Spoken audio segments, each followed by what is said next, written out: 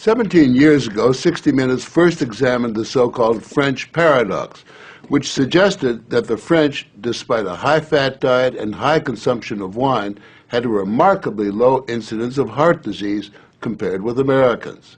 Most researchers agreed that there was something in the wine that offered protection. And a few years later, even the highly cautious federal dietary guidelines say that moderate consumption of red wine can be beneficial.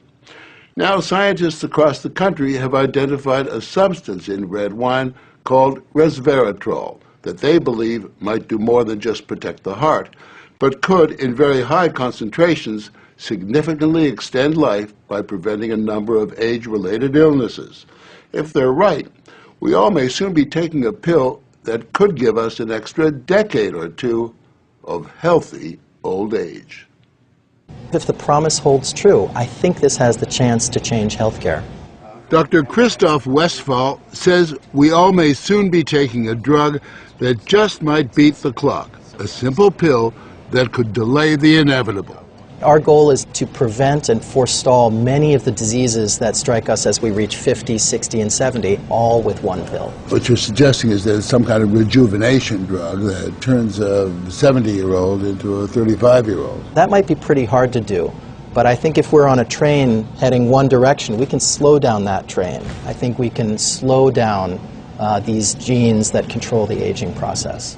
That quest to put death on hold began in 2003 when Westphal met David Sinclair, a biochemist at Harvard, who was studying the genetic components of aging. 5 years ago, I met David, and he had shown that you could extend lifespan in yeast.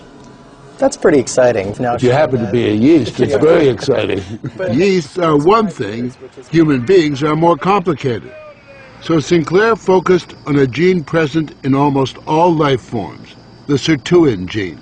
It's normally inactive, but when it is active, Sinclair believes it triggers a survival mechanism that extends life. Convinced that something in nature could activate that gene, Sinclair randomly tested thousands of compounds. And bingo, he got a hit, resveratrol. When I Googled this resveratrol, I was shocked to find that red wine was the top hit. Red wine is brimming with resveratrol. It's found in high concentration in the skin of the grape and seems to play a role in protecting it from invading bacteria and fungi.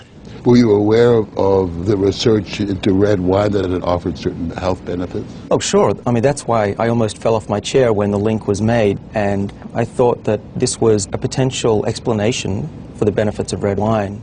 Convinced they were on the verge of a major scientific breakthrough, Sinclair and Westphal launched Certris, a Cambridge, Massachusetts research company.